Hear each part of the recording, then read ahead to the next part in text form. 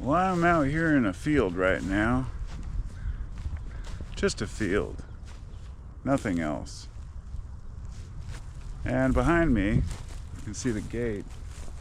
That whole area, that used to be part of the field, but now it's a construction project. Now, a question may be, what kind of construction project? I don't know, but I'm going to guess it's probably apartments or housing. When I moved in here 22 years ago, we had this giant field here, and the farmer used to grow pumpkins every year. And in the summer, I don't recall what he grew, various things.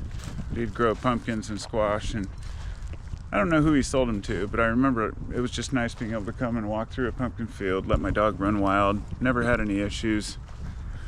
Up ahead, he's got these beehives. I don't know if you can see them over there, but they've only been there a few years. But the guy that owns all this land, I've never met him, but it's all the land behind me to those houses, way over to that side, to that road there, and there's my son's old school. And then over here, where those trees start, is where a cemetery is. And the cemetery has slightly expanded.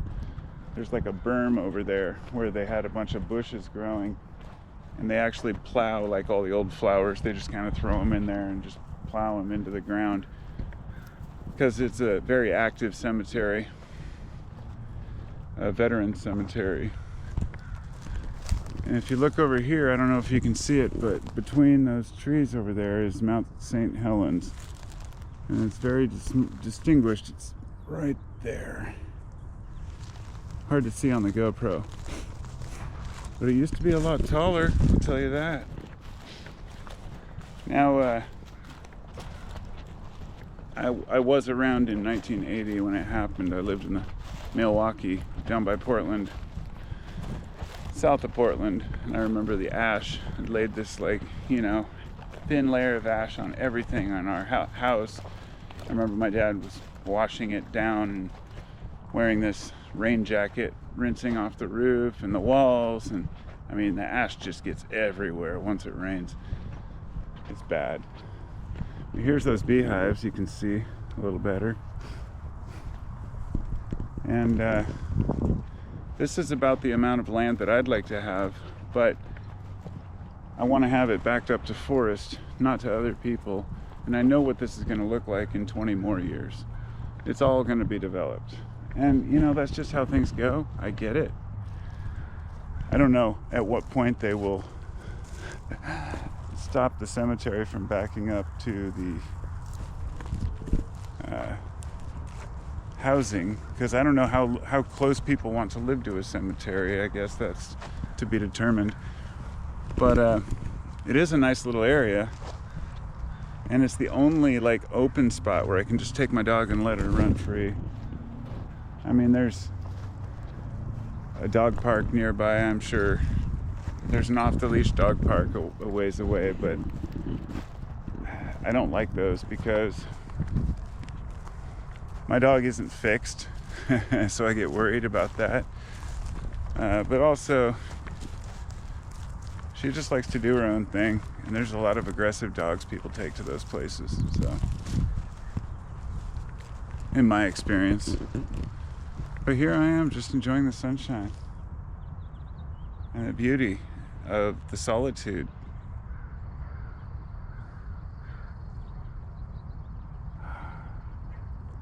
And on top of that, it's like 65 degrees out. It is amazing. This is the warmest day we've had since last fall, by far. So I'm just gonna soak it all up. Because 65, as I said before, is like freaking summer here. In the Willamette Valley, it gets pretty cold. Stays, in the 50s a lot of the winter. But in the spring, we always have a couple good days like that.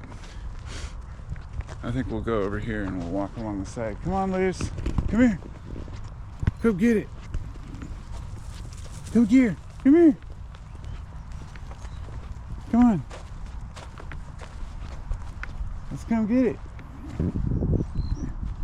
What'd you smell? Huh? What'd you smell? You catch a scent? She catch a scent? She's such a good dog for a husky. She comes when I call her. At least she doesn't run off like my old dog used to. I had a Akita elk hound. His name was Juno. 2 thumbs up if you all remember who Juno was. He was an awesome dog. Best dog ever. Don't tell Lucy though. I would say he was the coolest. Lucy is much better behaved for a Spitz type dog. Aren't you, girl?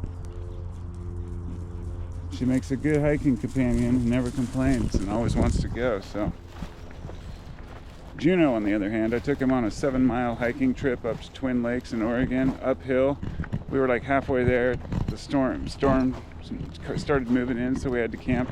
We looked around for my dog. Juno was just nowhere to be found.